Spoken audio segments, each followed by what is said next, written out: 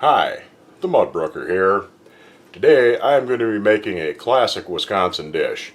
You may have heard this referred to as a classic Minnesota dish, but that's a flat-out lie. They stole it from us. The only reason we let that sort of thing slide is because, well, they're stuck in Minnesota and they need some reason to live. I am referring, of course, to Tater Tot Hotdish. Before we get underway, though, I would like to thank my channel members, Brian's Aquatics, Grampy Lobster, Comfort Doll, Killer Miller, Concrete Sailors, who, by the way, still has not got a hold of me to claim his frying pan that he won, Ron Thompson, S. Wheatley 27, Loretta Comer, Billy Lee Lawhan, Clone Ranger, Dennis Fott, Karen Neal, and Suburban Self-Reliance, who is our newest channel member. By the way, it's Pledge Week here in Mudbrook. I am having a membership drive. Right now I have 13 members. When I make it to 20, I'm going to have a drawing to give away not one, but 2 fabulous prizes. In your honor, I'm going to have me a drink of Jameson.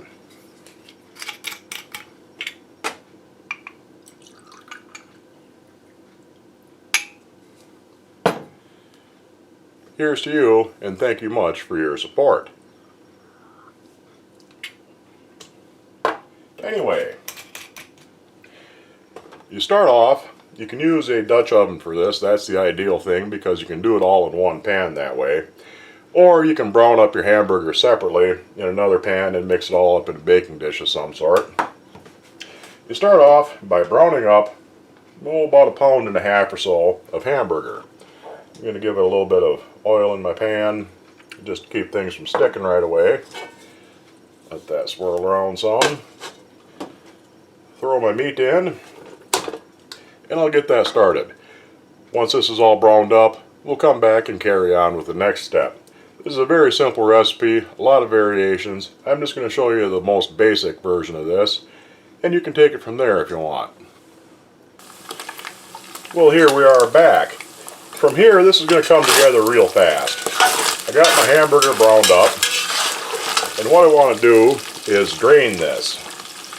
Give me a little bowl here for my grease. I'm going to drain all the hamburger grease off of it.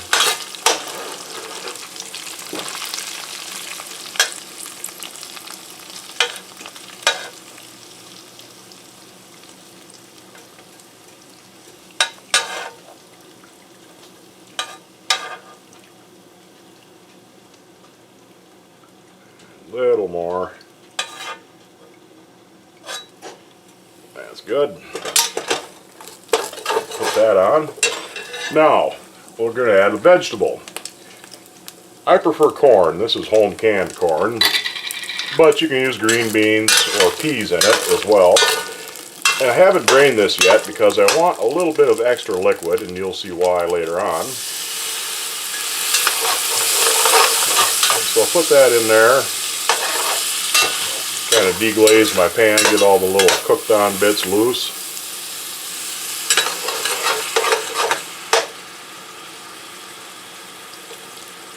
And I'll just dump her all in there. That'll work. Stir that around. I'm turning my heat off now. Then you add a can of cream of something soup. Normally you would use cream of mushroom or cream of chicken. I'm going to use cream of bacon. Why? Because it's cream of bacon. And it's really good in this sort of thing.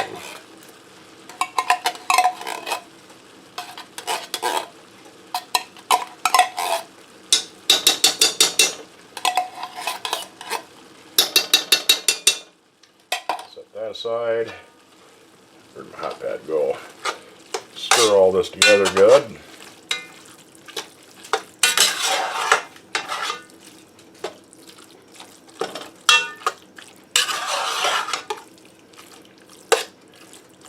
The reason why I want a little bit more liquid in this is because I'm going to add some mushrooms that I dehydrated. A couple of good handfuls of nice dried mushrooms. Come on, you. Why aren't you coming out? because you're too big. Yeah, that should be enough. Got some dried mushrooms. I'm going to add about a cup or so of grated mozzarella cheese.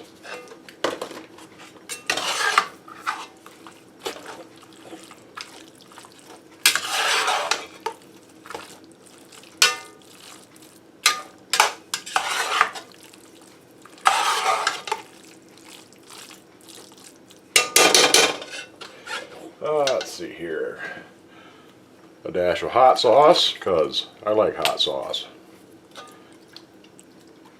And a good dash. A little more. Salt.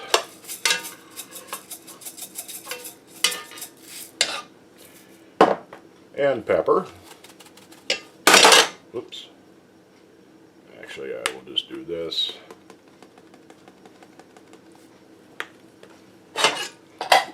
And we stir it around good.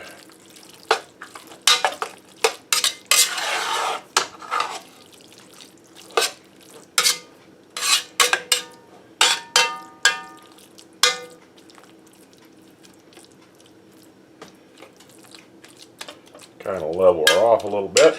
And we'll give her a taste here, see, make sure everything is tasting good. Cheese is getting a little melty already.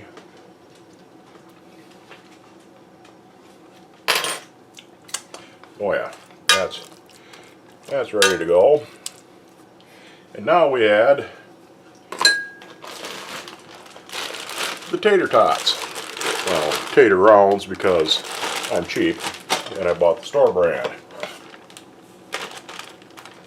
What you want to do, it really helps a lot if you more or less thaw your tater tots before you add them, because they'll brown up a lot better in the oven.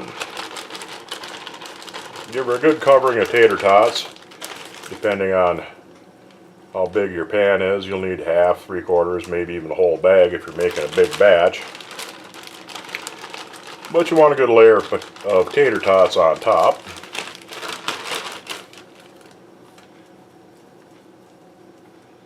Let's see. If you want to be really precise about this, you can organize these in nice little circles and rows, but I really don't care that much about it. Got your tater tots on.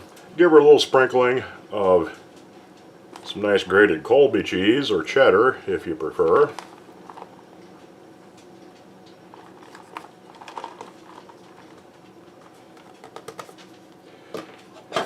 Cover it up.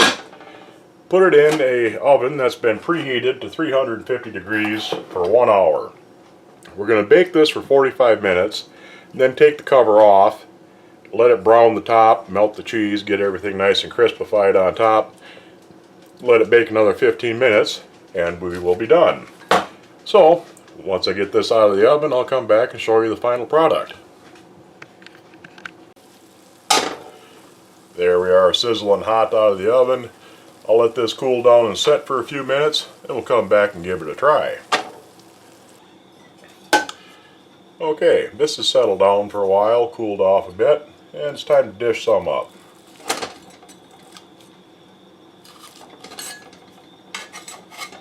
Now you could call this tater tot casserole if you were so inclined, but you really shouldn't. If you do that, the people will look at you funny, point and laugh, and you're not looking, and you don't want that to happen. And that kind of fell apart a little bit. Let go. Let me scrape it off the spoon, stuck to my spatula a little. But, get on the camera here, you got your nice tater tots on top, you got your meat and your cheese and your corn and your mushrooms down below, and we'll give her a little taste. Try and get a little tater tot. Come here, you.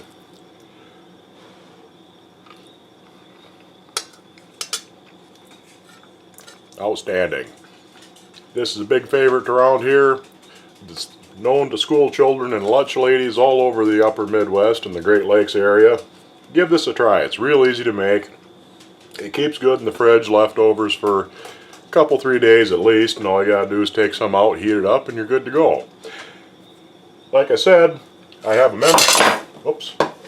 I have a membership drive going on. If you join for the low price of $6.99 a month, you'll get to see videos like this way before anybody else does. And you can join a private members only Facebook page where we do other things that you can't do on YouTube. So, go ahead and give this a try. I hope you enjoy it, and I'll see you next time.